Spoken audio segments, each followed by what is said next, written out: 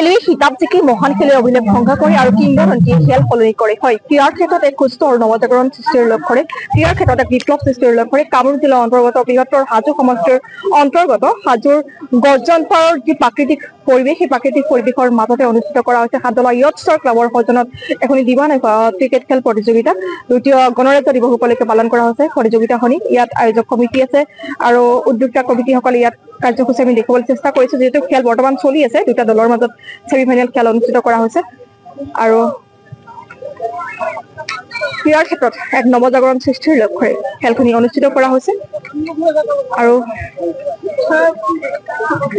বৰ্তমানৰ প্ৰেক্ষাপটত যিহেতু ড্ৰাগছ আদিত আসক্ত হৈ নৱপ্ৰজন্মই নিজৰ জীৱনটো তিল তিলকৈ ধ্বংসৰ মুখলৈ ঠেলি দিছে, ঠিক সেই একেখিনি সময়তে এসকল লোকে ক্ৰীড়াৰ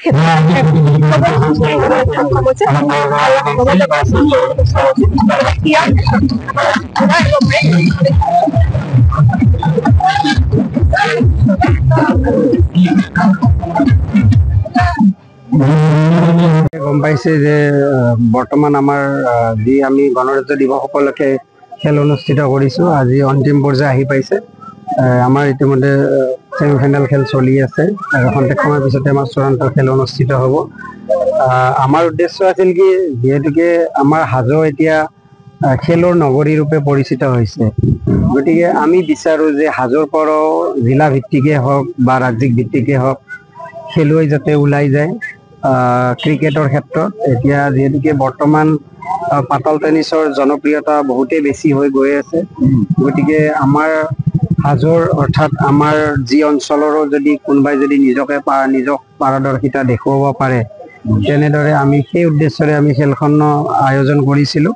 আৰু এইবাৰ আমাৰ চতুৰ্থ বাৰ্ষিক এই ক্ৰিকেট টুৰ্ণামেণ্ট যথেষ্টখিনি ৰাইজৰ সঁহাৰি পাইছোঁ আৰু যথেষ্টখিনি দলেও ইতিমধ্যে অংশগ্ৰহণ কৰিছে, প্ৰায় 22টামান দলে অংশগ্ৰহণ কৰিছে আৰু অহাবাৰলৈও আমি এনেদৰে খেল অনুষ্ঠিত কৰিম।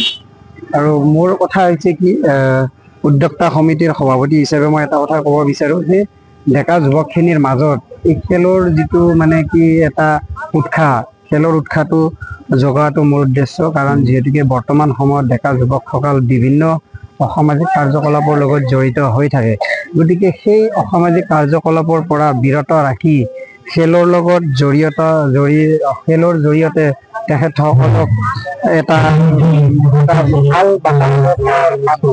ভাল পৰিৱেশৰ সৃষ্টি কৰাৰ